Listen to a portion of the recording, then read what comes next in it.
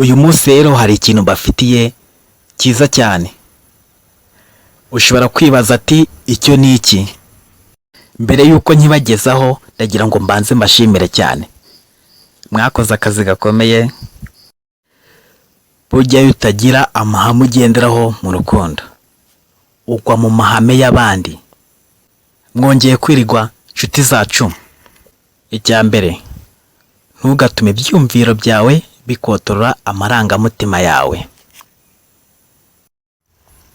I was missed more.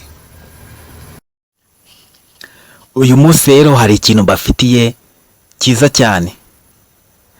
Ushobora kwibaza ati icyo ni iki? Turabakunda cyane kandi muraba agaciro kuri twe. Icya kabiri, ntukagire irari, kuko irari rimeze nk'inyanja ushaka kogamo ufite umururumba kandi utayusa. Mbese sinabona ukuntu mbashimira kuko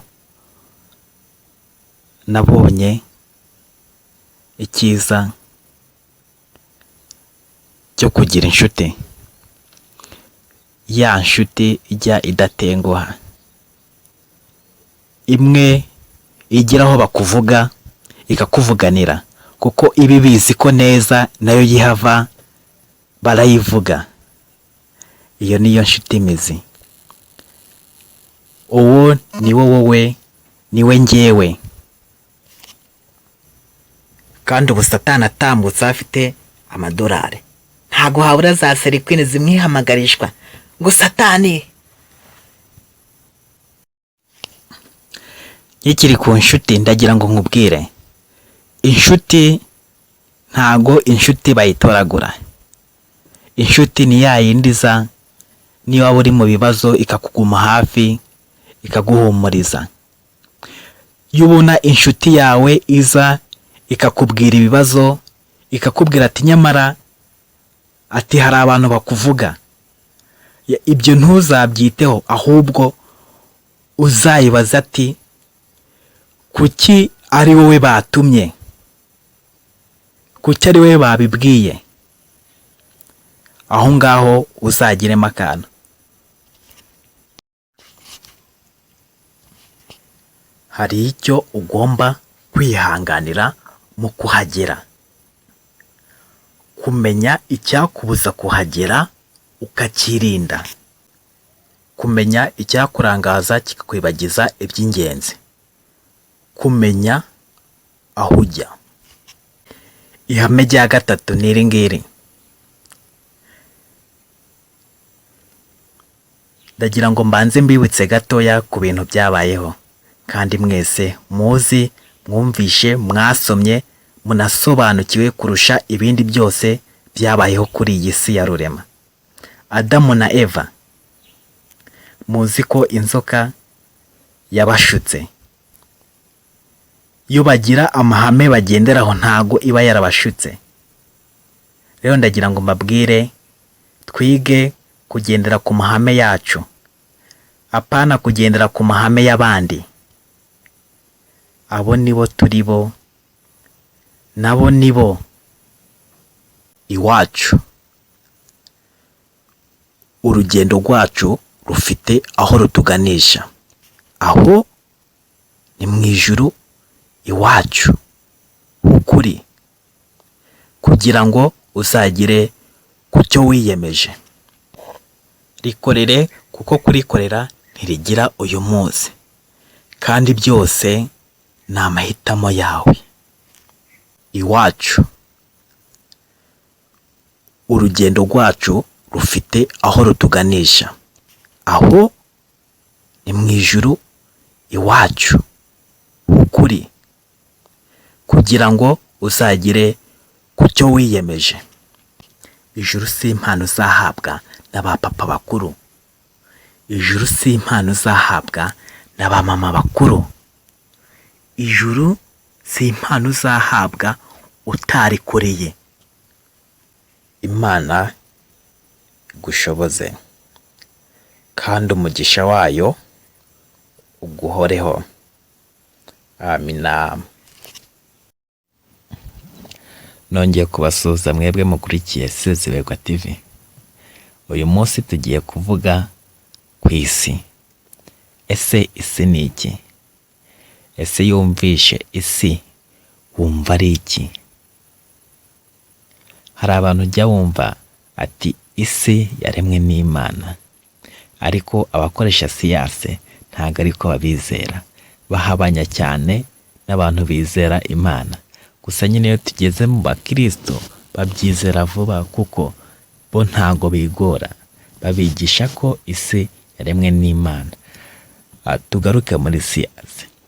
Muri siyanse, umuntu wizera siyanse ntago yemera ko isi yaremwe n'Imana. Bavuga ko isi kari akantu gatoya cyane kameze nk'akadomo. Ubwo muri rusange ibyo nshatse kuvuga urabyumva. Isi yari akadomo, nk'uko tubona ubu ngubu u Rwanda ku ikarita y'isi ari nk'akadomo. Biragoye kubyumva, ariko iyo mbikubwira urabisobanukirwa. Isi kugira ngo igere ahangaha igeze, isi yari akadomo.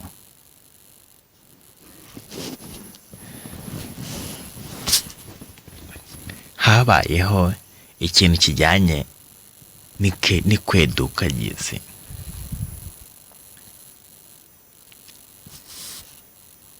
Ubushyuhe, ubukonje n'urumuri nibyo byakoze isi. Aho ubushyuhe n'ubukonje byicangiye mu kirere bigaturika bikabyara isi.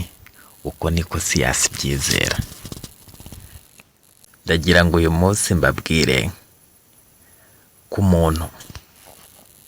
Umuntu ni ikiremwa gitangaje. Nk'uko bibona, umuntu umurebeye inyuma ubona ari ikiremwa cyiza,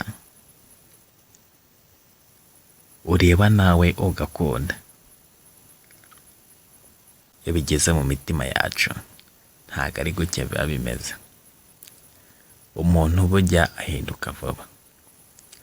Umuntu ntakatavugwa n'umwe. Umuntu ni ikirenze urugero. Umuntu nanjye mbese sinzi umuntu.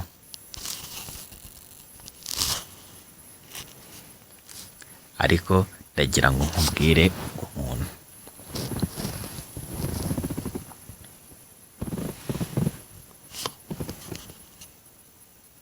Umuntu wa wundi ushobora kugaburira imyaka irenze 10. Ariko nyuma y'umwaka umwe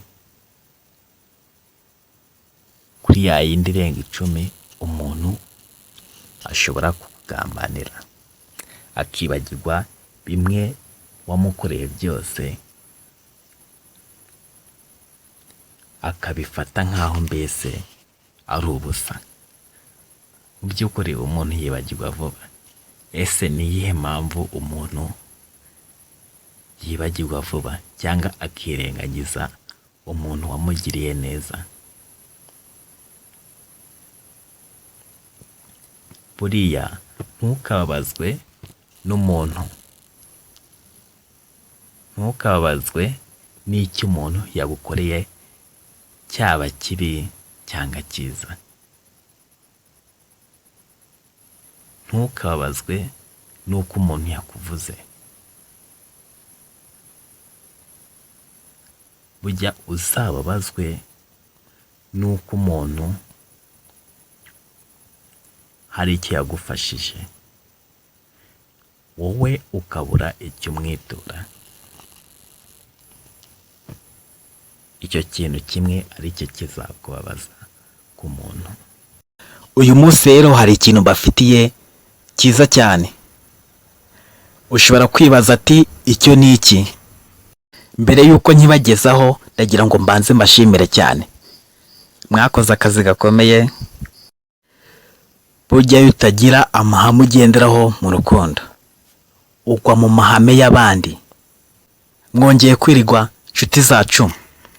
Icya mbere, ntugatume ibyumviro byawe bikotorora amarangamutima yawe. I was missed more. Uyu munsi rero hari ikintu bafitiye cyiza cyane. Ushobora kwibaza ati icyo ni iki? Turabakunda cyane kandi muraba agaciro kuri twe.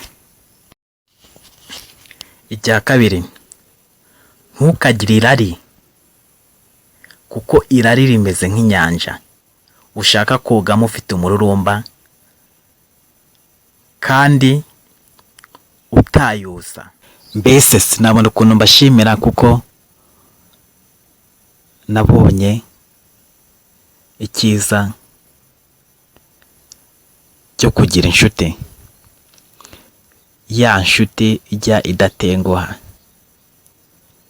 imwe igira aho bakuvuga ikakuvuganira, kuko ibi bizi ko neza nayo yihava barayivuga. Iyo niyo nshuti imizi. Uwo ni wowe, niwe njyewe. Kandi ubu Satani atambutse afite amadolari, ntago habura za serikwini zimwihamagarishwa ngo Satani. Ikiri ku nshuti ndagira ngo nkubwire, inshuti ntago inshuti bayitoragura. Inshuti ni ya yindi iza niyo waba uri mu bibazo ikakuguma hafi ikaguhumuriza. Iyo ubona inshuti yawe iza ikakubwira ibibazo, ikakubwira ati nyamara ati hari abantu bakuvuga, ibyo ntuzabyiteho, ahubwo uzayibaza ati kuki ari wowe batumye, kuki ari wowe babibwiye. Aho ngaho uzagiremo akantu.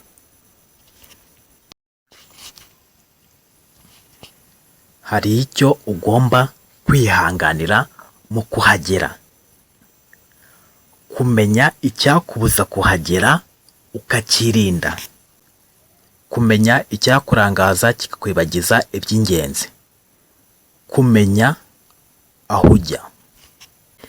Ihame rya gatatu ni iri ngiri. Ndagira ngo mbanze mbibutse gatoya ku bintu byabayeho, kandi mwese muzi, mwumvishe, mwasomye, munasobanukiwe kurusha ibindi byose byabayeho kuri iyi si ya rurema. Adamu na Eva, muzi ko inzoka yabashutse. Iyo bagira amahame bagenderaho ntago iba yarabashutse. Rero ndagira ngo mbabwire, twige kugendera ku mahame yacu, apana kugendera ku mahame y'abandi. Abo nibo turi bo, nabo nibo iwacu. Urugendo rwacu rufite aho rutuganisha, aho ni mu ijuru iwacu ukuri, kugira ngo uzagire ku cyo wiyemeje. Rikorere, kuko kurikorera ntirigira uyu munsi, kandi byose ni amahitamo yawe. Iwacu, urugendo rwacu rufite aho rutuganisha, aho ni mu ijuru iwacu ukuri, kugira ngo uzagire ku cyo wiyemeje. Ijuru si impano uzahabwa n'abapapa bakuru, ijuru si impano uzahabwa n'abamama bakuru, ijuru si impano uzahabwa utarikoreye. Imana igushoboze kandi umugisha wayo uguhoreho. Amina. Nongeye kubasuhuza mwebwe mukurikiye Turumirwa TV. Uyu munsi tugiye kuvuga ku isi. Ese isi ni iki? Ese yumvishe isi wumva ari iki? hari abantu ujya wumva ati isi yaremwe n'Imana, ariko abakoresha siyanse ntabwo ariko babizera, bahabanya cyane n'abantu bizera Imana. Gusa nyine iyo tugeze mu bakristo babyizera vuba, kuko bo ntago bigora, babigisha ko isi yaremwe n'Imana. Tugaruke muri siyanse. Muri siyanse, umuntu wizera siyanse ntago yemera ko isi yaremwe n'Imana.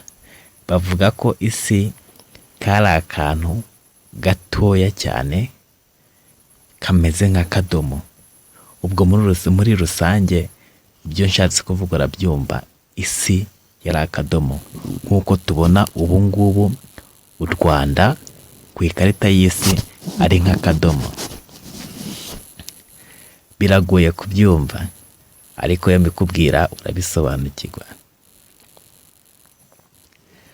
Isi kugira ngo igere ahangaha igeze, isi yari akadomo.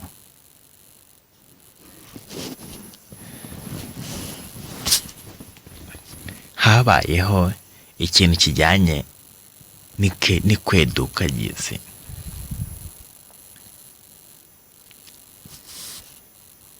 Ubushyuhe, ubukonje n'urumuri nibyo byakoze isi. Aho ubushyuhe n'ubukonje byicangiye mu kirere bigaturika bikabyara isi. Uko niko siyansi byizera. Ndagira ngo uyu munsi mbabwire ku muntu. Umuntu ni ikiremwa gitangaje.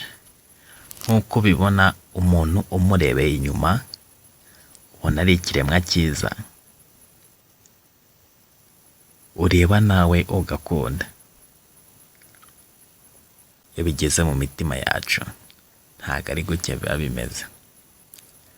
Umuntu bujya ahinduka vuba. Umuntu ntakatavugwa n'umwe. Umuntu ni ikirenze urugero.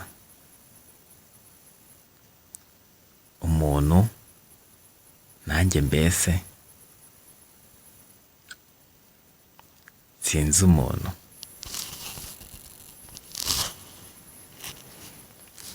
Ariko ndagira ngo nkubwire umuntu.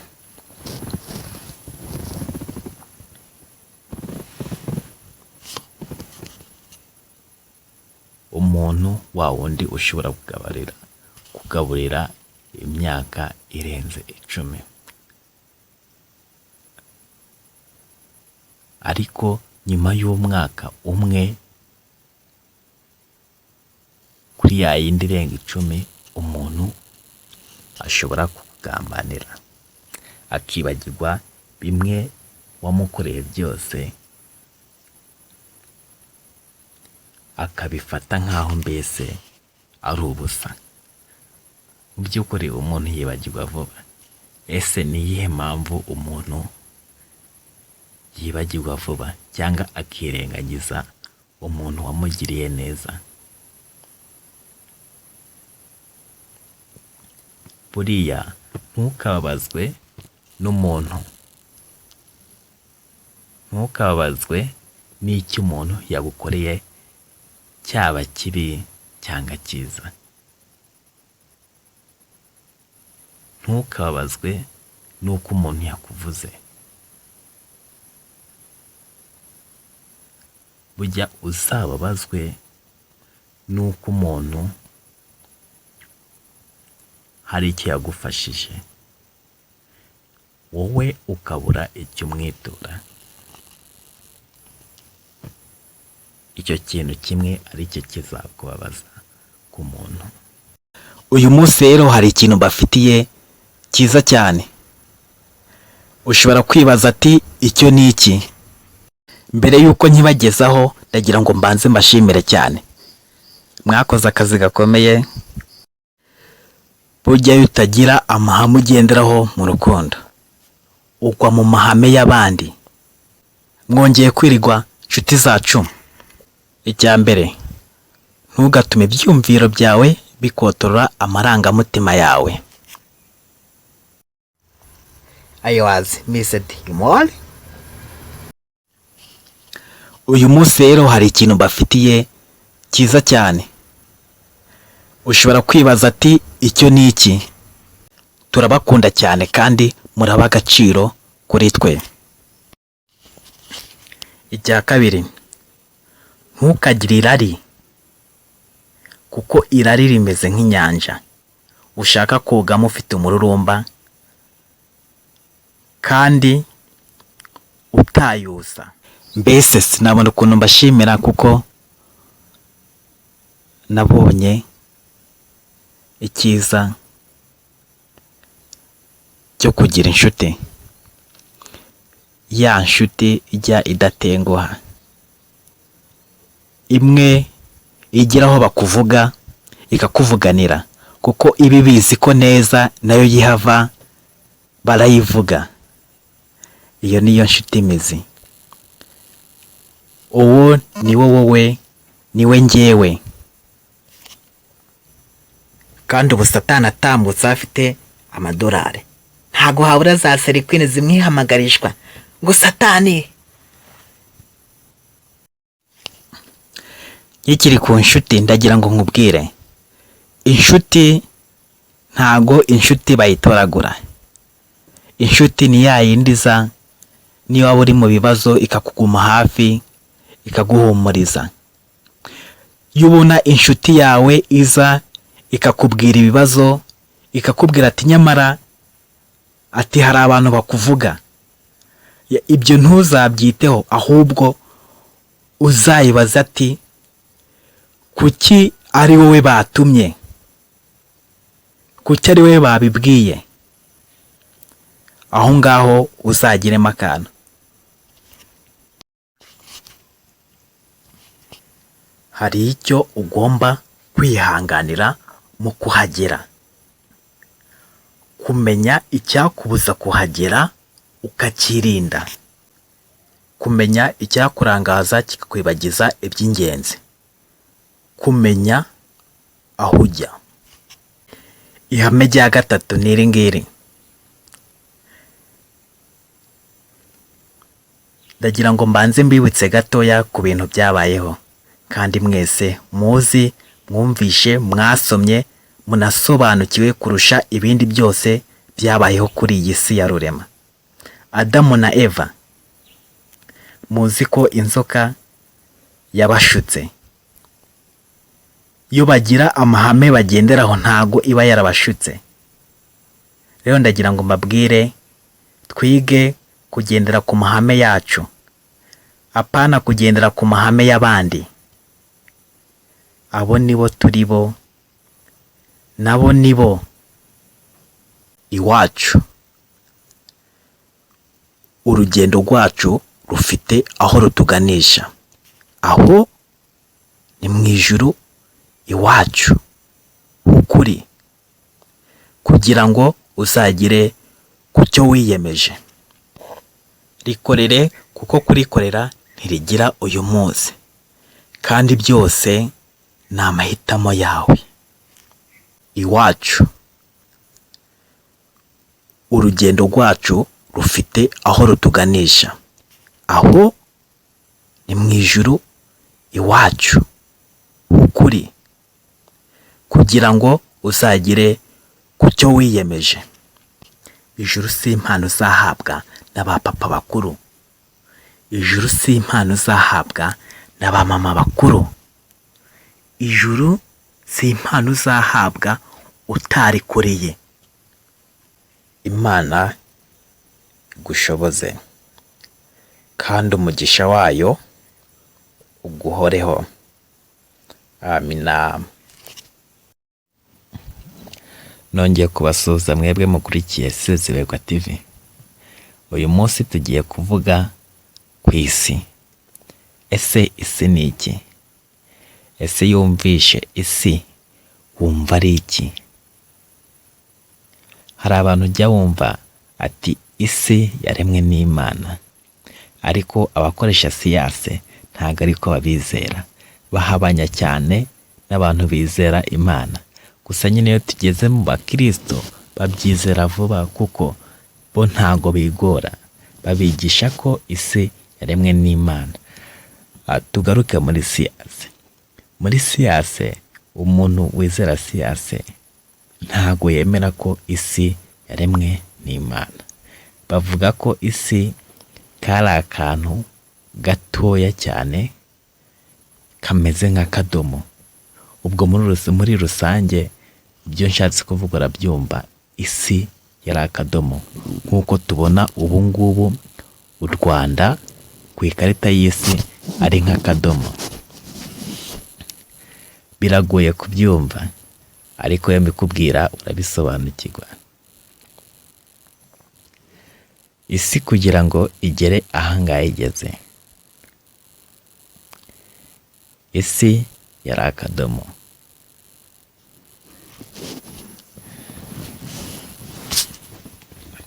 Habayeho ikintu kijyanye n'ikweduka ry'isi.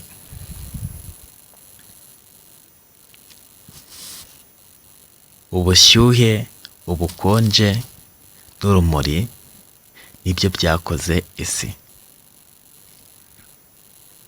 Aho ubushyuhe n'ubukonje byicangiye mu kirere bigaturika bikabyara isi. Uko niko siyansi byizera. Ndagira ngo uyu munsi mbabwire ku muntu. Umuntu ni ikiremwa gitangaje. Nk'uko bibona, umuntu umurebeye inyuma ubona ari ikiremwa cyiza, ureba nawe ugakunda. Iyo bigeze mu mitima yacu ntago ari gutya biba bimeze. Umuntu bujya ahinduka vuba. Umuntu ntakatavugwa n'umwe. Umuntu ni ikirenze urugero. Umuntu nanjye mbese sinzi umuntu.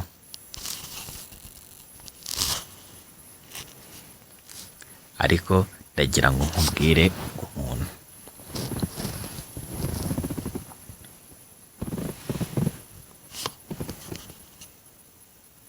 Umuntu wa wundi ushobora kugaburira imyaka irenze 10.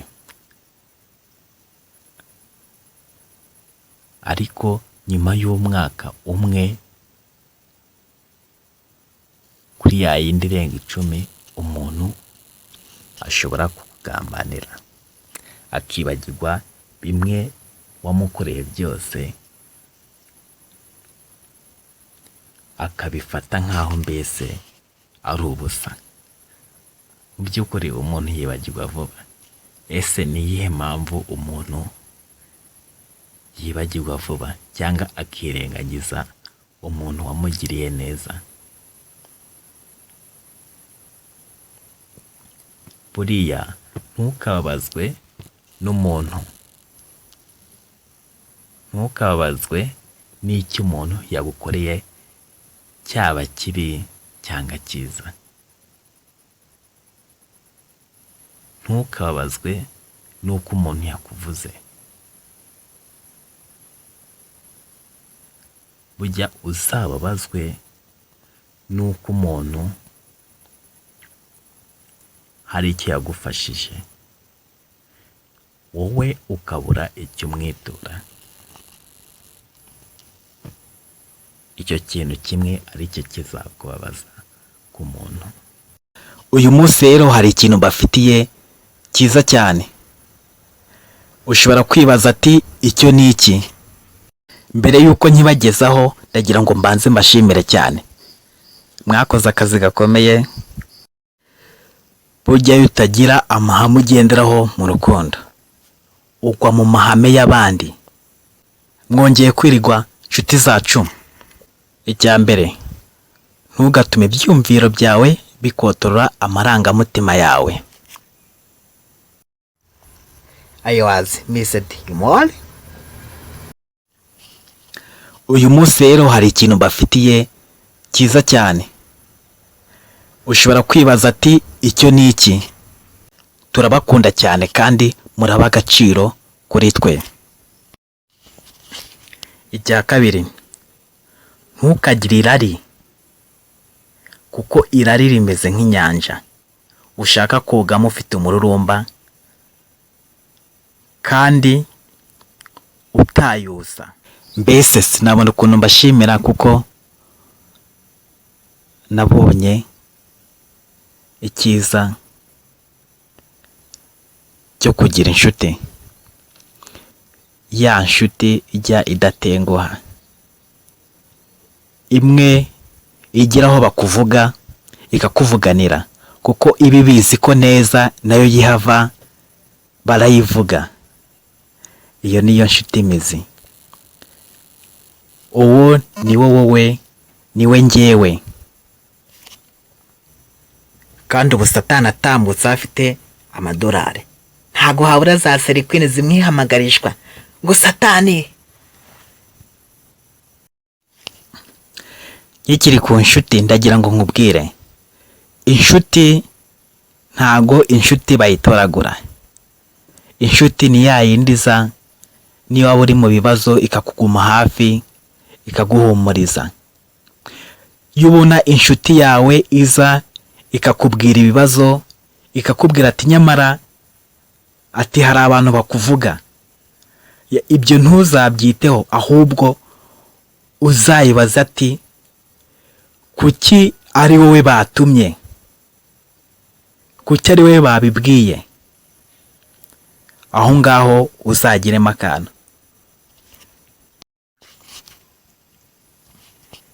Hari icyo ugomba kwihanganira mu kuhagera, kumenya icyakubuza kuhagera ukakirinda, kumenya icyakurangaza kikakwibagiza iby'ingenzi, kumenya aho ujya.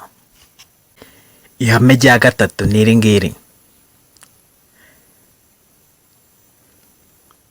Ndagira ngo mbanze mbibutse gatoya ku bintu byabayeho, kandi mwese muzi, mwumvishe, mwasomye, munasobanukiwe kurusha ibindi byose byabayeho kuri iyi si ya rurema. Adamu na Eva, muzi ko inzoka yabashutse. Iyo bagira amahame bagenderaho ntago iba yarabashutse. Rero ndagira ngo mbabwire, twige kugendera ku mahame yacu, apana kugendera ku mahame y'abandi. Abo nibo turi bo, nabo nibo iwacu. Urugendo rwacu rufite aho rutuganisha, aho ni mu ijuru iwacu ukuri, kugira ngo uzagire ku cyo wiyemeje. Rikorere, kuko kurikorera ntirigira uyu munsi, kandi byose ni amahitamo yawe. Iwacu, urugendo rwacu rufite aho rutuganisha, aho ni mu ijuru iwacu ukuri, kugira ngo uzagire ku cyo wiyemeje. Ijuru si impano uzahabwa n'abapapa bakuru, ijuru si impano uzahabwa n'abamama bakuru, ijuru si impano uzahabwa utarikoreye. Imana igushoboze kandi umugisha wayo uguhoreho. Amina. Nongeye kubasuhuza mwebwe mukurikiye Turumirwa TV. Uyu munsi tugiye kuvuga ku isi. Ese isi ni iki? Ese yumvishe isi wumva ari iki? Hari abantu ujya wumva ati isi yaremwe n'Imana, ariko abakoresha siyanse ntabwo ariko babizera. Bahabanya cyane n'abantu bizera Imana. Gusa nyine iyo tugeze mu bakristo babyizera vuba, kuko bo ntago bigora. Babigisha ko isi yaremwe n'Imana. Tugaruke muri siyanse. Muri siyanse, umuntu wizera siyanse ntago yemera ko isi yaremwe n'Imana. Bavuga ko isi kari akantu gatoya cyane kameze nk'akadomo. Ubwo muri rusange ibyo nshatse kuvuga urabyumva, isi yari akadomo nk'uko tubona ubu ngubu u Rwanda ku ikarita y'isi ari nk'akadomo. Biragoye kubyumva ariko iyo mbikubwira urabisobanukirwa. Isi kugira ngo igere ahangaha igeze, isi yari akadomo.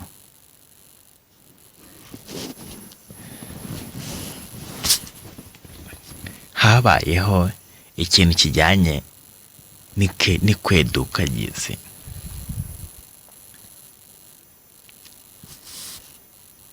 Ubushyuhe, ubukonje n'urumuri nibyo byakoze isi. Aho ubushyuhe n'ubukonje byicangiye mu kirere bigaturika bikabyara isi. Uko niko siyansi byizera. Ndagira ngo uyu munsi mbabwire ku muntu. Umuntu ni ikiremwa gitangaje.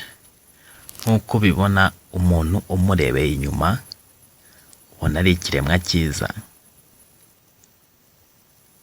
ureba nawe ugakunda. Iyo bigeze mu mitima yacu ntabwo ari gutya biba bimeze. Umuntu bujya ahinduka vuba. Umuntu ntakatavugwa n'umwe. Umuntu ni ikirenze urugero. Umuntu nanjye mbese sinzi umuntu.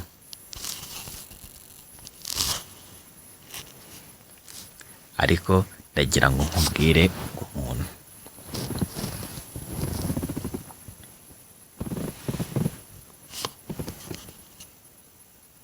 Umuntu wa wundi ushobora kugaburira imyaka irenze 10.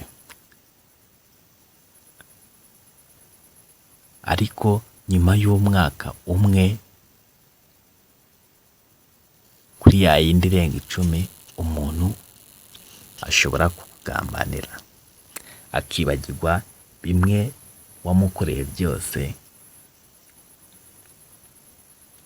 akabifata nk'aho mbese ari ubusa.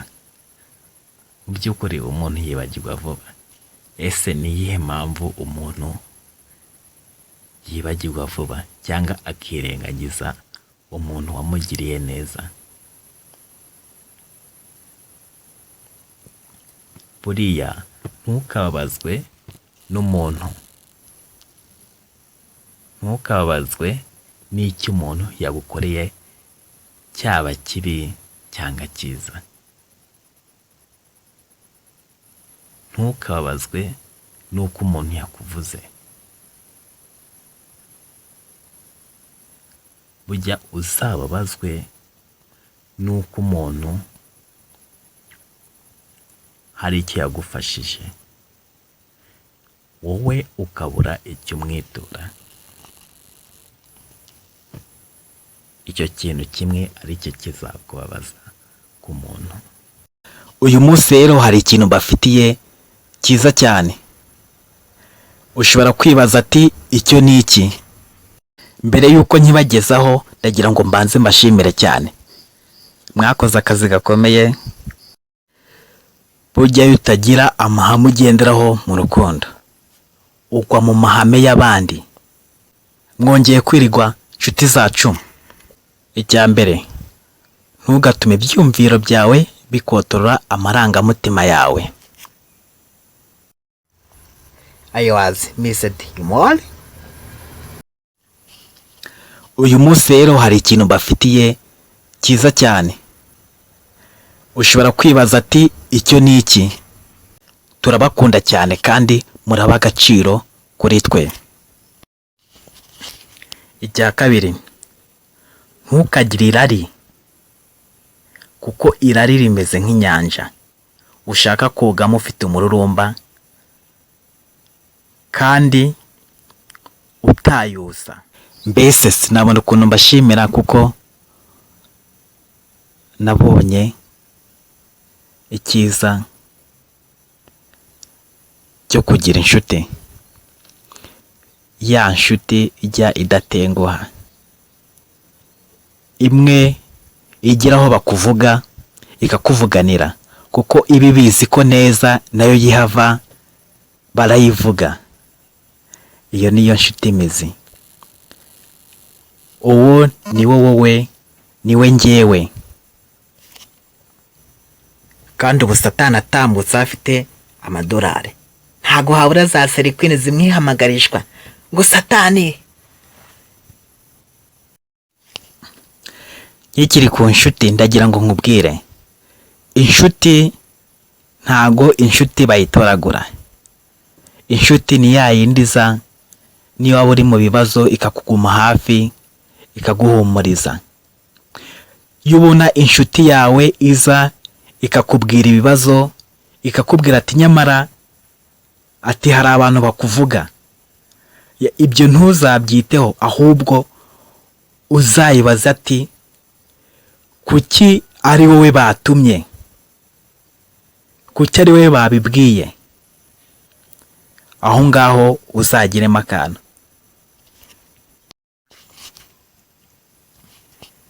Hari icyo ugomba kwihanganira mu kuhagera, kumenya icyakubuza kuhagera ukakirinda, kumenya icyakurangaza kikakwibagiza iby'ingenzi, kumenya aho ujya. Ihame rya gatatu ni iri ngiri. Ndagira ngo mbanze mbibutse gatoya ku bintu byabayeho, kandi mwese muzi, mwumvishe, mwasomye, munasobanukiwe kurusha ibindi byose byabayeho kuri iyi si ya rurema. Adamu na Eva, muzi ko inzoka yabashutse. Iyo bagira amahame bagenderaho ntago iba yarabashutse. Rero ndagira ngo mbabwire, twige kugendera ku mahame yacu, apana kugendera ku mahame y'abandi. Abo nibo turi bo, nabo nibo iwacu. Urugendo rwacu rufite aho rutuganisha, aho ni mu ijuru iwacu ukuri, kugira ngo uzagire ku cyo wiyemeje. Rikorere kuko kurikorera ntirigira uyu munsi, kandi byose ni amahitamo yawe. Iwacu,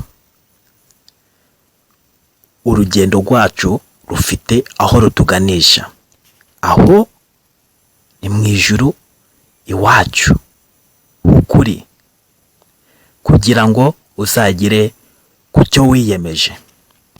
Ijuru si impano uzahabwa n'abapapa bakuru, ijuru si impano uzahabwa n'abamama bakuru, ijuru si impano uzahabwa utarikoreye.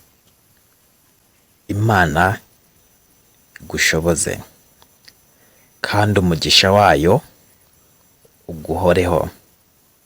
Amina. Nongeye kubasuhuza mwebwe mukurikiye Turumirwa TV. Uyu munsi tugiye kuvuga ku isi. Ese isi ni iki? Ese yumvishe isi wumva ari iki? Hari abantu ujya wumva ati isi yaremwe n'Imana, ariko abakoresha siyanse ntabwo ariko babizera. Bahabanya cyane n'abantu bizera Imana. Gusa nyine iyo tugeze mu bakristo babyizera vuba kuko bo ntago bigora. Babigisha ko isi yaremwe n'Imana. Tugaruke muri siyanse. Muri siyanse, umuntu wizera siyanse ntago yemera ko isi yaremwe n'Imana. Bavuga ko isi kari akantu gatoya cyane kameze nk'akadomo. Ubwo muri rusange ibyo nshatse kuvuga urabyumva. Isi yari akadomo, nk'uko tubona ubu ngubu u Rwanda ku ikarita y'isi ari nk'akadomo. Biragoye kubyumva, ariko iyo mbikubwira urabisobanukirwa. Isi kugira ngo igere ahangaha igeze, isi yari akadomo.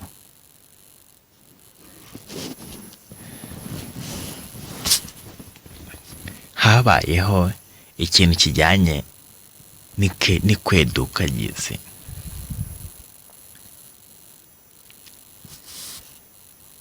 Ubushyuhe, ubukonje n'urumuri nibyo byakoze isi. Aho ubushyuhe n'ubukonje byicangiye mu kirere bigaturika bikabyara isi. Uko niko siyansi byizera. Ndagira ngo uyu munsi mbabwire ku muntu. Umuntu ni ikiremwa gitangaje. Nk'uko ubibona, umuntu umurebeye inyuma ubona ari ikiremwa cyiza, ureba nawe ugakunda. Iyo bigeze mu mitima yacu ntabwo ari gutya biba bimeze. Umuntu bujya ahinduka vuba. Umuntu ntakatavugwa n'umwe. Umuntu ni ikirenze urugero. Umuntu nanjye mbese sinzi umuntu.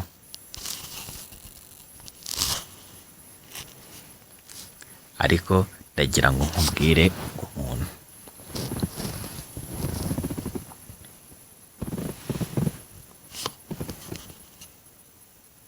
Umuntu wa wundi ushobora kugaburira imyaka irenze 10.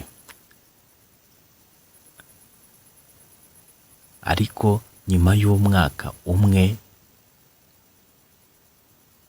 kuri ya yindi irenga 10, umuntu ashobora kugambanira akibagirwa bimwe wamukoreye byose, akabifata nk'aho mbese ari ubusa. Mu by'ukuri umuntu yibagirwa vuba. Ese ni iyihe mpamvu umuntu yibagirwa vuba cyangwa akirengagiza umuntu wamugiriye neza? Buriya ntukababazwe n'umuntu, ntukababazwe n'icyo umuntu yagukoreye, cyaba kibi cyangwa cyiza. Ntukababazwe n'uko umuntu yakuvuze.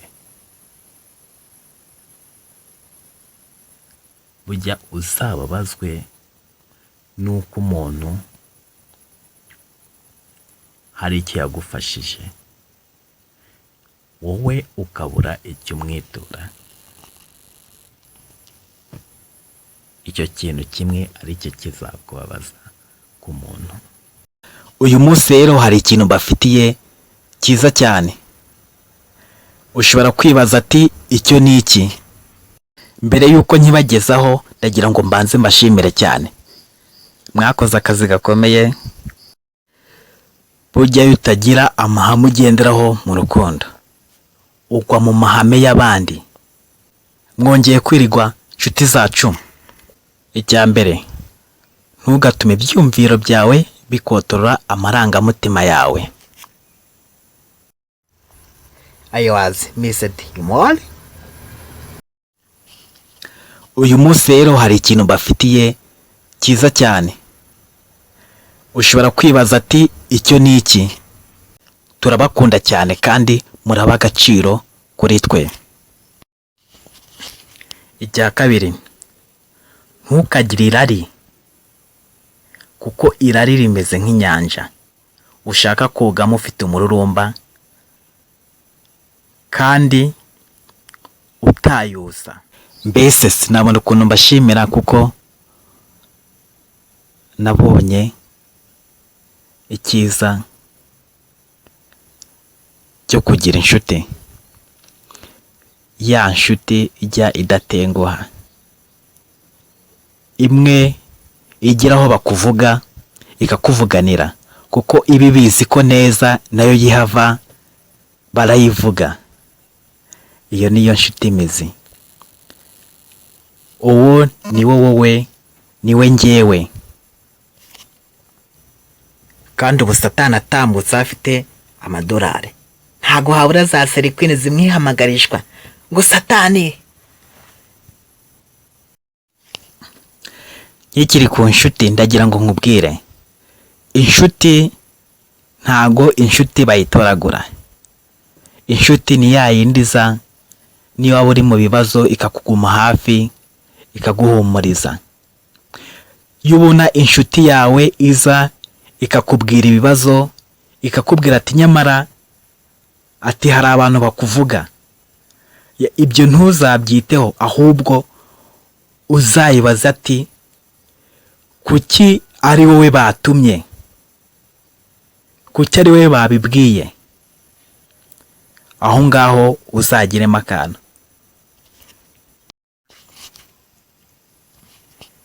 Hari icyo ugomba kwihanganira mu kuhagera, kumenya icyakubuza kuhagera ukakirinda, kumenya icyakurangaza kikakwibagiza iby'ingenzi, kumenya aho ujya. Ihame rya gatatu ni iri ngiri. Ndagira ngo mbanze mbibutse gatoya ku bintu byabayeho, kandi mwese muzi, mwumvishe, mwasomye, munasobanukiwe kurusha ibindi byose byabayeho kuri iyi si ya rurema. Adamu na Eva, muzi ko inzoka yabashutse. Iyo bagira amahame bagenderaho ntago iba yarabashutse. Rero ndagira ngo mbabwire, twige kugendera ku mahame yacu, apana kugendera ku mahame y'abandi. Abo nibo turi bo, nabo nibo iwacu. Urugendo rwacu rufite aho rutuganisha, aho ni mu ijuru iwacu ukuri, kugira ngo uzagire ku cyo wiyemeje. Rikorere, kuko kurikorera ntirigira uyu munsi, kandi byose ni amahitamo yawe. Iwacu, urugendo rwacu rufite aho rutuganisha, aho ni mu ijuru iwacu ukuri, kugira ngo uzagire ku cyo wiyemeje. Ijuru si impano uzahabwa n'abapapa bakuru, ijuru si impano uzahabwa n'abamama bakuru, ijuru si impano uzahabwa utarikoreye. Imana igushoboze kandi umugisha wayo uguhoreho. Amina. Nongeye kubasuhuza mwebwe mukurikiye Turumirwa TV. Uyu munsi tugiye kuvuga ku isi. Ese isi ni iki? Ese yumvishe isi wumva ari iki? Hari abantu ujya wumva ati isi yaremwe n'Imana, ariko abakoresha siyanse ntabwo ariko babizera. Bahabanya cyane n'abantu bizera Imana. Gusa nyine iyo tugeze mu bakristo babyizera vuba, kuko bo ntago bigora. Babigisha ko isi yaremwe n'Imana. Tugaruke muri siyanse. Muri siyanse, umuntu wizera siyanse ntago yemera ko isi yaremwe n'Imana. Bavuga ko isi kari akantu gatoya cyane kameze nk'akadomo. Ubwo muri rusange ibyo nshatse kuvuga urabyumva. Isi yari akadomo, nk'uko tubona ubu ngubu u Rwanda ku ikarita y'isi ari nk'akadomo. Biragoye kubyumva, ariko iyo mbikubwira urabisobanukirwa. Isi kugira ngo igere ahangaha igeze, isi yari akadomo.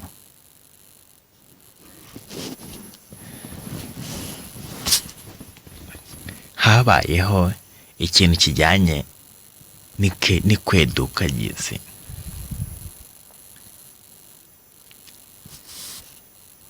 Ubushyuhe, ubukonje n'urumuri nibyo byakoze isi.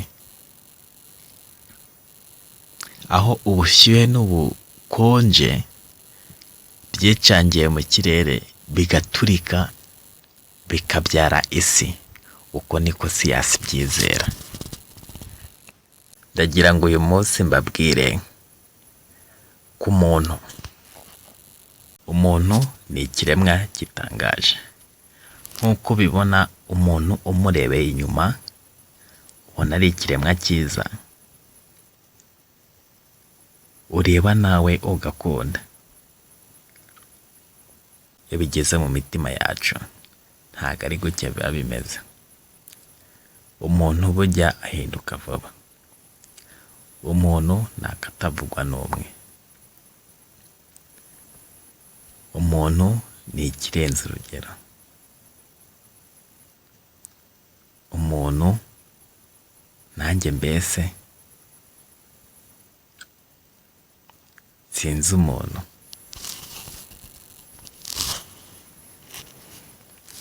Ariko ndagira ngo nkubwire umuntu.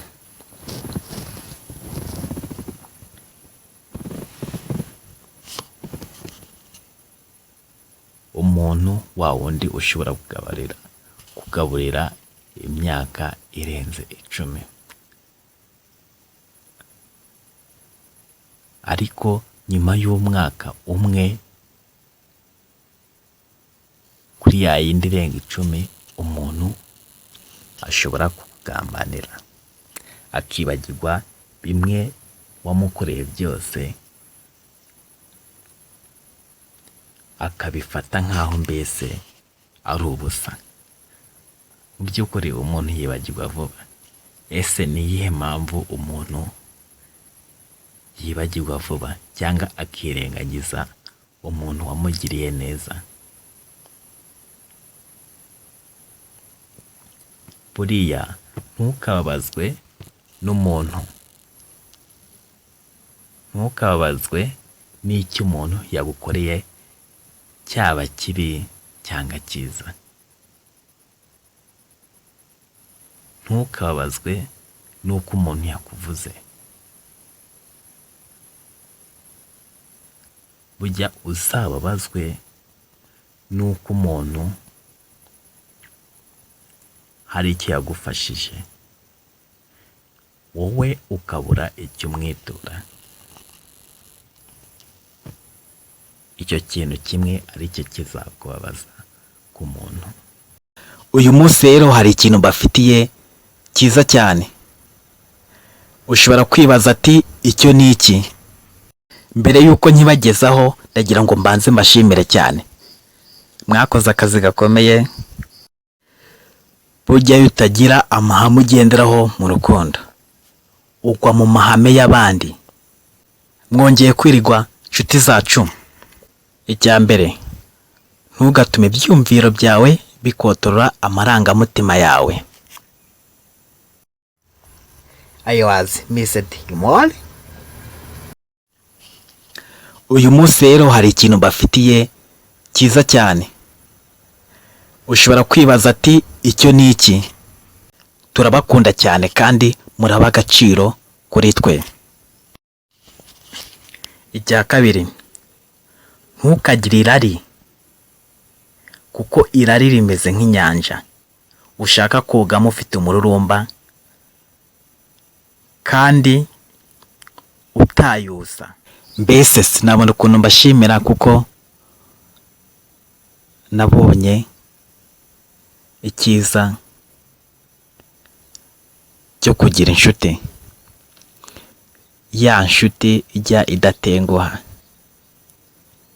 imwe igira aho bakuvuga ikakuvuganira, kuko ibi bizi ko neza nayo yihava barayivuga. Iyo niyo nshuti mizi. Uwo niwo wowe, niwe njyewe. Kandi ubu Satani atambutse afite amadolari, ntago habura za serikwini zimwihamagarishwa ngo Satani. Ikiri ku nshuti ndagira ngo nkubwire, inshuti ntago inshuti bayitoragura. Inshuti ni ya yindi iza niba uri mu bibazo ikakuguma hafi, ikaguhumuriza. Iyo ubona inshuti yawe iza ikakubwira ibibazo, ikakubwira ati nyamara ati hari abantu bakuvuga, ibyo ntuzabyiteho, ahubwo uzayibaza ati kuki ari wowe batumye, kuki ari wowe babibwiye. Aho ngaho uzagiremo akantu. Hari icyo ugomba kwihanganira mu kuhagera, kumenya icyakubuza kuhagera ukakirinda, kumenya icyakurangaza kikakwibagiza iby'ingenzi, kumenya aho ujya. Ihame rya gatatu ni iri ngiri. Ndagira ngo mbanze mbibutse gatoya ku bintu byabayeho, kandi mwese muzi, mwumvishe, mwasomye, munasobanukiwe kurusha ibindi byose byabayeho kuri iyi si ya rurema. Adamu na Eva, muzi ko inzoka yabashutse. Iyo bagira amahame bagenderaho ntago iba yarabashutse. Rero ndagira ngo mbabwire, twige kugendera ku mahame yacu, apana kugendera ku mahame y'abandi. Abo nibo turi bo, nabo nibo iwacu. Urugendo rwacu rufite aho rutuganisha, aho ni mu ijuru iwacu ukuri, kugira ngo uzagire ku cyo wiyemeje. Rikorere, kuko kurikorera ntirigira uyu munsi, kandi byose ni amahitamo yawe. Iwacu, urugendo rwacu rufite aho rutuganisha, aho ni mu ijuru iwacu ukuri, kugira ngo uzagire ku cyo wiyemeje. Ijuru si impano uzahabwa n'abapapa bakuru, ijuru si impano uzahabwa n'abamama bakuru, ijuru si impano uzahabwa utarikoreye. Imana igushoboze, kandi umugisha wayo uguhoreho. Amina. Nongeye kubasuhuza mwebwe mukurikiye Turumirwa TV. Uyu munsi tugiye kuvuga ku isi. Ese isi ni iki? Ese yumvishe isi wumva ari iki? Hari abantu ujya wumva ati isi yaremwe n'Imana, ariko abakoresha siyanse ntabwo ariko babizera. Bahabanya cyane n'abantu bizera Imana. Gusa nyine iyo tugeze mu bakristo babyizera vuba, kuko bo ntago bigora. Babigisha ko isi yaremwe n'Imana. Tugaruke muri siyanse. Muri siyanse, umuntu wizera siyanse ntago yemera ko isi yaremwe n'Imana. Bavuga ko isi kari akantu gatoya cyane kameze nk'akadomo. Ubwo muri rusange ibyo nshatse kuvuga urabyumva. Isi yari akadomo, nk'uko tubona ubu ngubu u Rwanda ku ikarita y'isi ari nk'akadomo. Biragoye kubyumva, ariko iyo mbikubwira urabisobanukirwa. Isi kugira ngo igere ahangaha igeze, isi yari akadomo.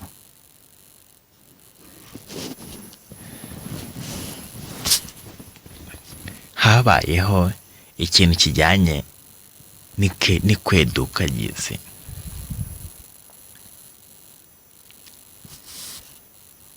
Ubushyuhe, ubukonje n'urumuri nibyo byakoze isi. Aho ubushyuhe n'ubukonje byicangiye mu kirere bigaturika bikabyara isi. Uko niko siyansi byizera. Ndagira ngo uyu munsi mbabwire ku muntu. Umuntu ni ikiremwa gitangaje. Nk'uko ubibona, umuntu umurebeye inyuma ubona ari ikiremwa cyiza, ureba nawe ugakunda. Iyo bigeze mu mitima yacu ntabwo ari gutya biba bimeze. Umuntu bujya ahinduka vuba. Umuntu ntakatavugwa n'umwe. Umuntu ni ikirenze urugero. Umuntu nanjye mbese sinzi umuntu.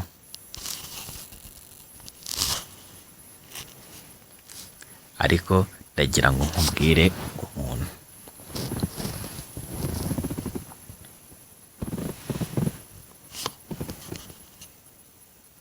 Umuntu wa wundi ushobora kugaburira imyaka irenze 10. Ariko nyuma y'umwaka umwe kuri ya yindi irenga 10, umuntu ashobora kukugambanira akibagirwa bimwe wamukoreye byose, akabifata nk'aho mbese ari ubusa. Mu by'ukuri umuntu yibagirwa vuba. Ese ni iyihe mpamvu umuntu yibagirwa vuba cyangwa akirengagiza umuntu wamugiriye neza? Buriya ntukababazwe n'umuntu. Ntukababazwe n'icyo umuntu yagukoreye, cyaba kibi cyangwa cyiza. Ntukababazwe n'uko umuntu yakuvuze. Bujya uzababazwe n'uko umuntu hari icyo yagufashije, wowe ukabura icyo umwitura. Icyo kintu kimwe ari cyo kizakubabaza ku muntu. Uyu munsi rero hari ikintu bafitiye cyiza cyane. Ushobora kwibaza ati icyo ni iki? Mbere yuko nkibagezaho ndagira ngo mbanze mbashimire cyane. Mwakoze akazi gakomeye. Burya iyo utagira amahame ugenderaho mu rukundo, ugwa mu mahame y'abandi. Mwongeye kwirigwa nshuti zacu. Icya mbere, ntugatume ibyumviro byawe bikotorora amarangamutima yawe. I was missed you more. Uyu munsi rero hari ikintu bafitiye cyiza cyane. Ushobora kwibaza ati icyo ni iki? Turabakunda cyane kandi muraba agaciro kuri twe. Icya kabiri, ntukagire irari, kuko irari rimeze nk'inyanja ushaka kogamo ufite umururumba kandi utayusa. Mbese sinabona ukuntu mbashimira kuko nabonye icyiza cyo kugira inshuti. Ya nshuti ijya idatenguha, imwe igira aho bakuvuga ikakuvuganira, kuko ibi bizi ko neza nayo yihava barayivuga. Iyo niyo nshuti imizi. Uwo ni wowe, niwe njyewe. Kandi ubu Satani atambutse afite amadolari, ntago habura za serikwini zimwihamagarishwa ngo Satani. Ikiri ku nshuti ndagira ngo nkubwire, inshuti ntago inshuti bayitoragura. Inshuti ni ya yindi iza niyo waba uri mu bibazo ikakuguma hafi ikaguhumuriza. Iyo ubona inshuti yawe iza ikakubwira ibibazo, ikakubwira ati nyamara ati hari abantu bakuvuga, ibyo ntuzabyiteho, ahubwo uzayibaza ati kuki ari wowe batumye, kuki ari wowe babibwiye. Aho ngaho uzagiremo akantu. Hari icyo ugomba kwihanganira mu kuhagera, kumenya icyakubuza kuhagera ukakirinda, kumenya icyakurangaza kikakwibagiza iby'ingenzi, kumenya aho ujya. Ihame rya gatatu ni iri ngiri. Ndagira ngo mbanze mbibutse gatoya ku bintu byabayeho, kandi mwese muzi, mwumvishe, mwasomye, munasobanukiwe kurusha ibindi byose byabayeho kuri iyi si ya rurema. Adamu na Eva, muzi ko inzoka yabashutse. Iyo bagira amahame bagenderaho ntago iba yarabashutse. Rero ndagira ngo mbabwire, twige kugendera ku mahame yacu, apana kugendera ku mahame y'abandi. Abo nibo turi bo, nabo nibo iwacu. Urugendo rwacu rufite aho rutuganisha, aho ni mu ijuru iwacu ukuri, kugira ngo uzagire ku cyo wiyemeje. Rikorere, kuko kurikorera ntirigira uyu munsi, kandi byose ni amahitamo yawe. Iwacu, urugendo rwacu rufite aho rutuganisha, aho ni mu ijuru iwacu ukuri, kugira ngo uzagire ku cyo wiyemeje. Ijuru si impano uzahabwa n'abapapa bakuru, ijuru si impano uzahabwa n'abamama bakuru, ijuru si impano uzahabwa utarikoreye. Imana igushoboze kandi umugisha wayo uguhoreho. Amina. Nongeye kubasuhuza mwebwe mukurikiye Turumirwa TV. Uyu munsi tugiye kuvuga ku isi. Ese isi ni iki? Ese yumvishe isi wumva ari iki? Hari abantu ujya wumva ati isi yaremwe n'Imana, ariko abakoresha siyanse ntabwo ariko babizera. Bahabanya cyane n'abantu bizera Imana. Gusa nyine iyo tugeze mu bakristo babyizera vuba, kuko bo ntago bigora. Babigisha ko isi yaremwe n'Imana. Tugaruke muri siyanse. Muri siyanse, umuntu wizera siyanse ntago yemera ko isi yaremwe n'Imana. Bavuga ko isi kari akantu gatoya cyane kameze nk'akadomo. Ubwo muri rusange ibyo nshatse kuvuga urabyumva. Isi yari akadomo, nk'uko tubona ubu ngubu u Rwanda ku ikarita y'isi ari nk'akadomo. Biragoye kubyumva, ariko iyo mbikubwira urabisobanukirwa.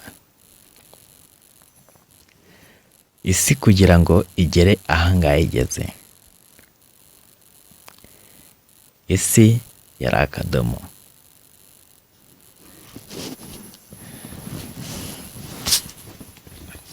Habayeho ikintu kijyanye n'ikweduka ry'isi.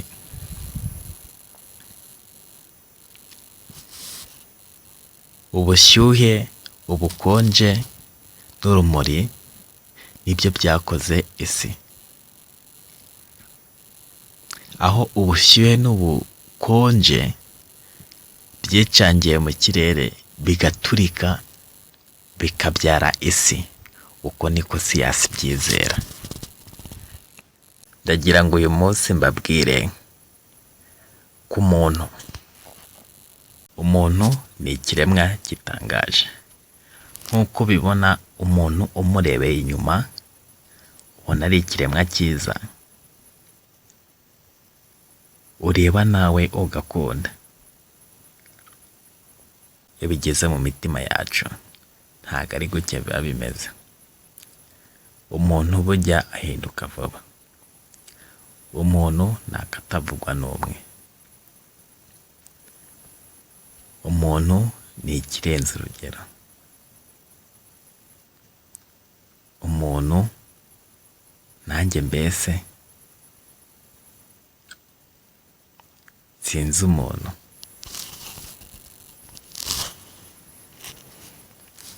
Ariko ndagira ngo nkubwire umuntu.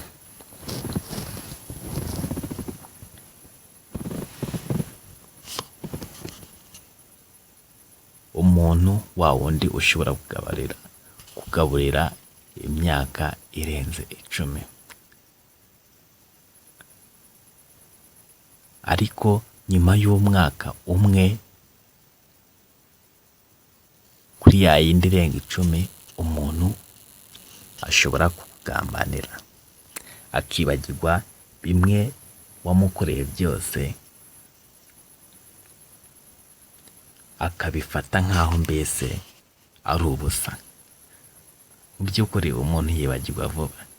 Ese ni iyihe mpamvu umuntu yibagirwa vuba cyangwa akirengagiza umuntu wamugiriye neza? Buriya ntukababazwe n'umuntu, ntukababazwe n'icyo umuntu yagukoreye, cyaba kibi cyangwa cyiza. Ntukababazwe n'uko umuntu yakuvuze. Bujya uzababazwe n'uko umuntu hari icyo yagufashije, wowe ukabura icyo umwitura. Icyo kintu kimwe ari cyo kizakubabaza ku muntu. Uyu munsi rero hari ikintu bafitiye cyiza cyane. Ushobora kwibaza ati icyo ni iki?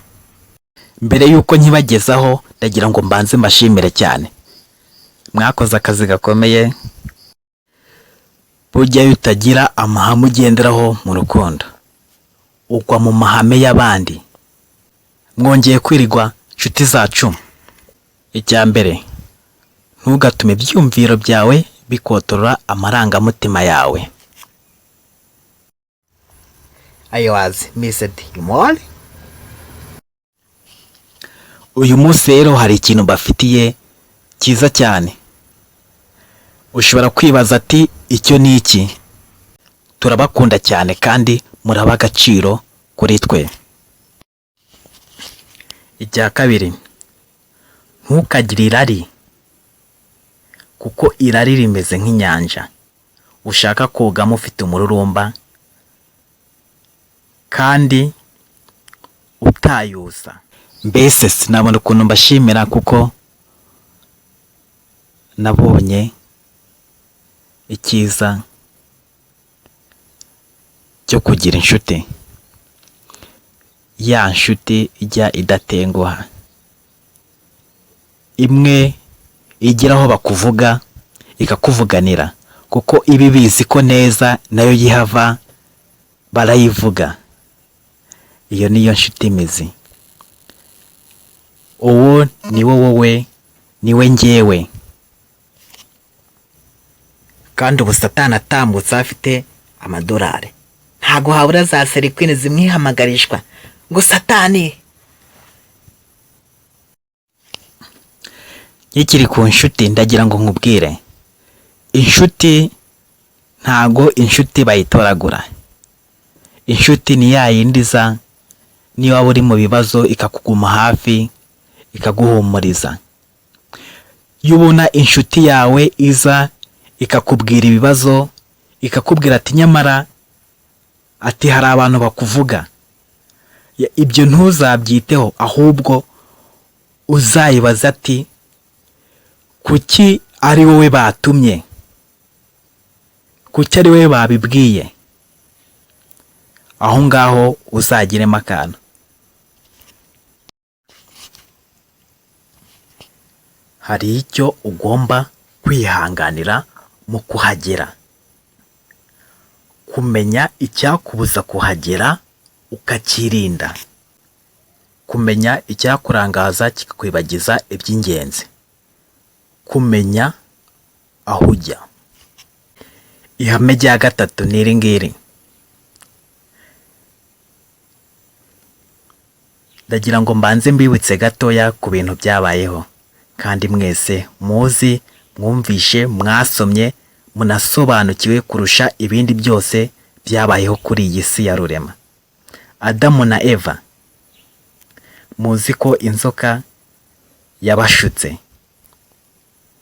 Iyo bagira amahame bagenderaho ntago iba yarabashutse. Rero ndagira ngo mbabwire, twige kugendera ku mahame yacu, apana kugendera ku mahame y'abandi. Abo nibo turi bo, nabo nibo iwacu. Urugendo rwacu rufite aho rutuganisha, aho ni mu ijuru iwacu ukuri, kugira ngo uzagire ku cyo wiyemeje. Rikorere, kuko kurikorera ntirigira uyu munsi, kandi byose ni amahitamo yawe. Iwacu,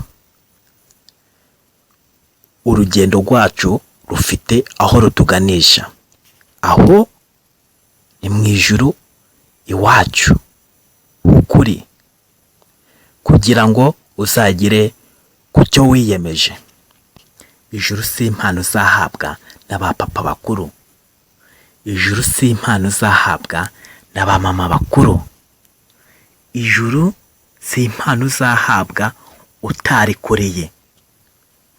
Imana igushoboze, kandi umugisha wayo uguhoreho. Amina. Nongeye kubasuhuza mwebwe mukurikiye Sezeberwa TV.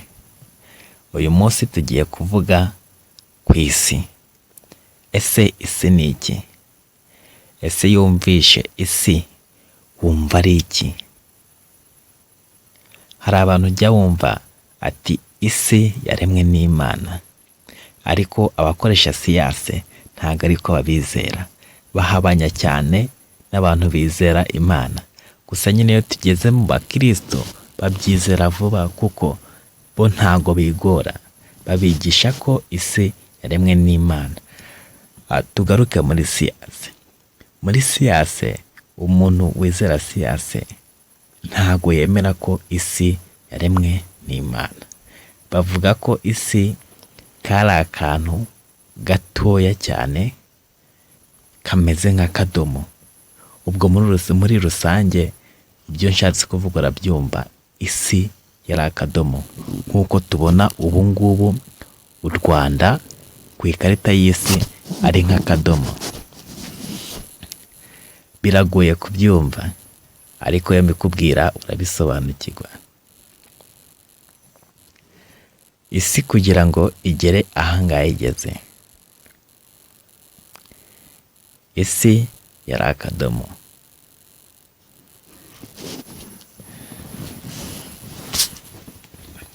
Habayeho ikintu kijyanye n'ikweduka ry'isi.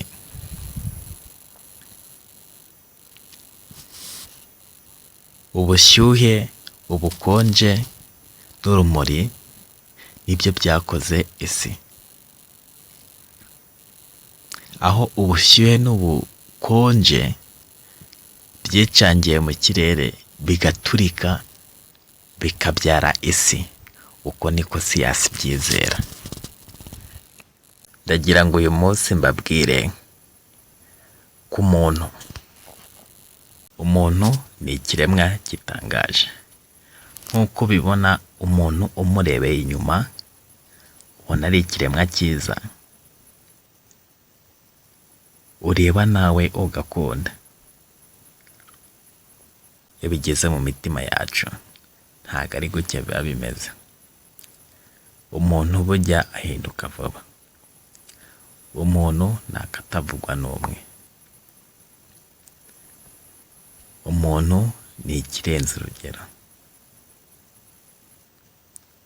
Umuntu nanjye mbese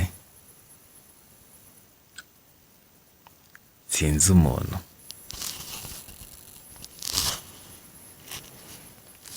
Ariko ndagira ngo nkubwire umuntu.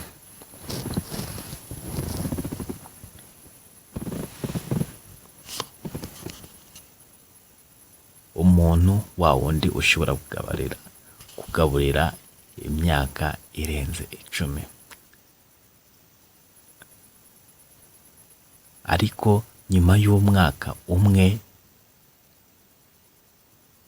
kuri ya yindi irenga 10, umuntu ashobora kukugambanira, akibagirwa bimwe wamukoreye byose,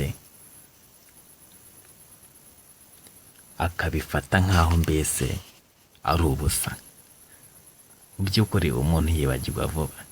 Ese ni iyihe mpamvu umuntu yibagirwa vuba cyangwa akirengagiza umuntu wamugiriye neza? Buriya ntukababazwe n'umuntu. Ntukababazwe n'icyo umuntu yagukoreye, cyaba kibi cyangwa cyiza. Ntukababazwe n'uko umuntu yakuvuze. Bujya uzababazwe n'uko umuntu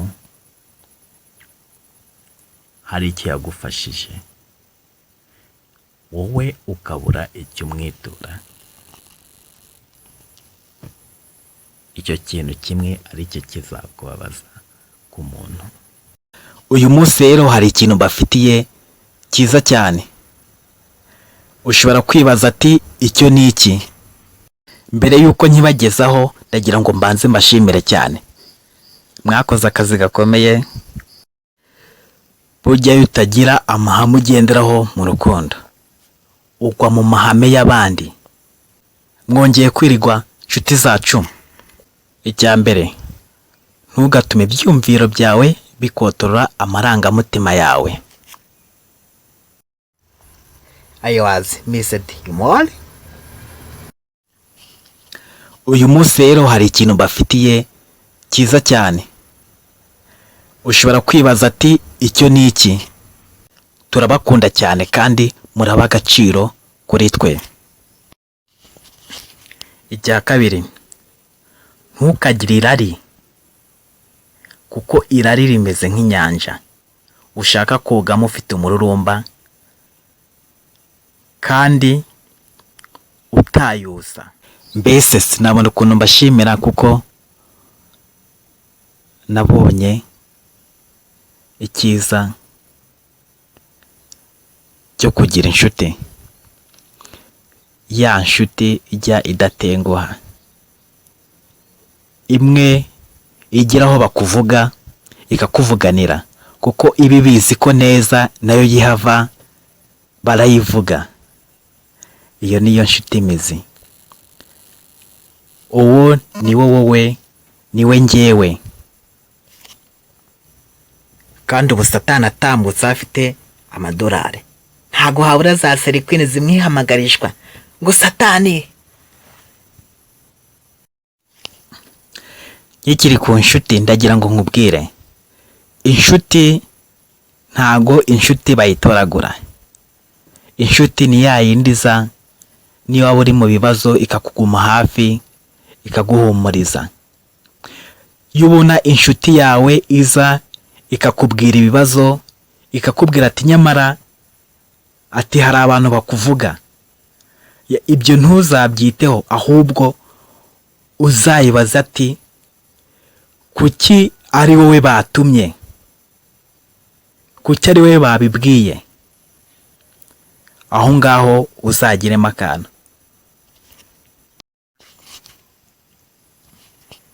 Hari icyo ugomba kwihanganira mu kuhagera, kumenya icyakubuza kuhagera ukakirinda, kumenya icyakurangaza kikakwibagiza iby'ingenzi, kumenya aho ujya. Ihame rya gatatu ni iri ngiri. Ndagira ngo mbanze mbibutse gatoya ku bintu byabayeho, kandi mwese muzi, mwumvishe, mwasomye, munasobanukiwe kurusha ibindi byose byabayeho kuri iyi si ya rurema. Adamu na Eva, muzi ko inzoka yabashutse. Iyo bagira amahame bagenderaho ntago iba